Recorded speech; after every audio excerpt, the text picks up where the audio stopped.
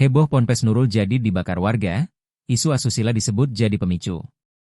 Situasi di sekitar Pondok Pesantren Nurul Jadid, Desa Tanjung Mas Jaya, Kecamatan Mesuji Timur, Kabupaten Mesuji, Lampung, kini dipastikan mulai kondusif usai aksi pembakaran yang sempat memicu ketegangan warga. Di balik amukan masa itu, polisi mengungkap adanya dugaan kasus asusila yang menyeret pimpinan pondok pesantren berinisial MFS hingga memicu kemarahan warga. Kabid Humas Polda Lampung Kombes Pol Yuni Iswandari Yuyun mengatakan pihak kepolisian terus memantau perkembangan situasi pasca pembakaran yang terjadi pada Jumat, 8 Mei 2026, malam. Terkait pasca pembakaran di wilayah Mesuji, alhamdulillah situasinya masih kondusif.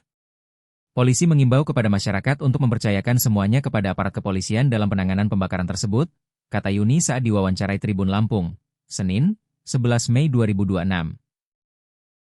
Polisi juga memastikan tidak ada korban jiwa dalam insiden tersebut. Satu orang berinisial A telah diamankan terkait aksi pembakaran itu. Betul ada satu orang yang diamankan.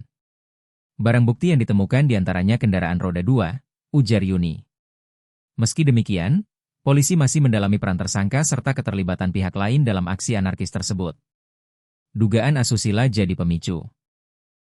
Kapolres Mesuji AKBP M. Firdaus menjelaskan, kemarahan warga bermula dari dugaan tindak pidana pencabulan yang disebut melibatkan pimpinan Ponpes berinisial MFS terhadap santriwati. Kasus itu sebenarnya disebut sudah lama menjadi polemik di tengah masyarakat. Adanya surat kesepakatan musyawarah antara warga setempat dengan pimpinan pondok pesantren yang mana salah satu isi surat kesepakatannya pimpinan pondok pesantren MFS meninggalkan pondok pesantren, kata Firdaus. Namun warga kembali emosi setelah mengetahui MFS kembali datang ke pondok pesantren untuk menemui cucunya. Warga lalu berkumpul usai salat Jumat dan mendatangi Ponpes untuk menyampaikan aspirasi agar MFS segera meninggalkan lokasi. Awalnya situasi berjalan kondusif dan sempat tercapai kesepakatan bahwa MFS akan pergi sebelum pukul 00 waktu Indonesia Barat. Namun kondisi mulai memanas pada malam hari karena warga menilai tidak ada tanda-tanda MFS meninggalkan pondok pesantren. Masyarakat mulai tidak sabar disebabkan Kiai MFS tidak segera meninggalkan pondok pesantren Nurul Jadid, ujar Firdaus. Sekitar pukul 23 WIB, massa yang jumlahnya mencapai sekitar 500 orang mulai bertindak anarkis.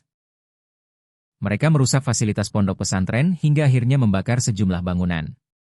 Polisi bersama aparat kecamatan kemudian berupaya menghalau massa dan mengevakuasi MFS keluar dari lokasi sekitar pukul 23.45 waktu Indonesia Barat. Tak lama setelah itu, mobil pemadam kebakaran datang untuk memadamkan api agar tidak merembet ke bangunan lain di lingkungan pondok pesantren. Dalam penyelidikan, polisi turut mengamankan barang bukti berupa botol air mineral berisi bensin dan satu unit sepeda motor Honda Vario hitam tanpa plat nomor. Sementara terkait dugaan kasus asusila yang menjadi pemicu konflik, polisi menyebut perkara tersebut diduga sudah kedaluarsa.